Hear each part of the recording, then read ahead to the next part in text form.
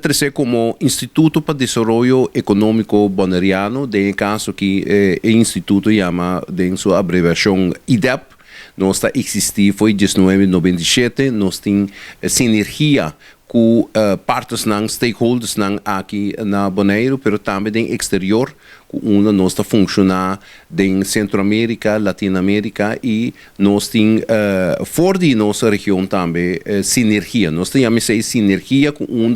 instituto que trabalha junto com outro não, bota spar custo e bota mais conhecimento também. Nós trabalhamos com universidade não, nós trabalhamos com instituto não, nós mesmos, lobby com think tanks não na mundo e de caso que nós traz uma dissertação de Conselho Insular em verdade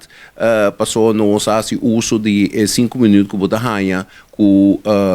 cidadão não tem mais de duna na opinião. De caso que nós tomamos a oportunidade também passou para o Conselho Insular e nosso governo a vinco a subida de imposto para os turistas não que bem boneiro e com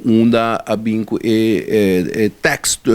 of imposto de turismo com cada turista lo vai pagar suma. Nós não também dentro desse aí agora aqui passou esse aí é político na mesa lo tem tema não para não papia. Lo que se nós atrese dilante do Conselho Insular tá com o imposto que nós também ganha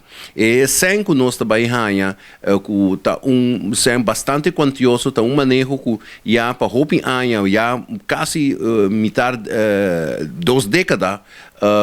por visto que estava pendente e agora que a logra passar, pero sem dúvida também nossa opinião como ideia também tá que a inversão de nos produto turístico tá atrasada com 25 anos. Pois, o que nós queremos que sei que Bonaire, sua infraestrutura turística, seu hotel, sua infraestrutura de caia, seu desenvolvimento de atração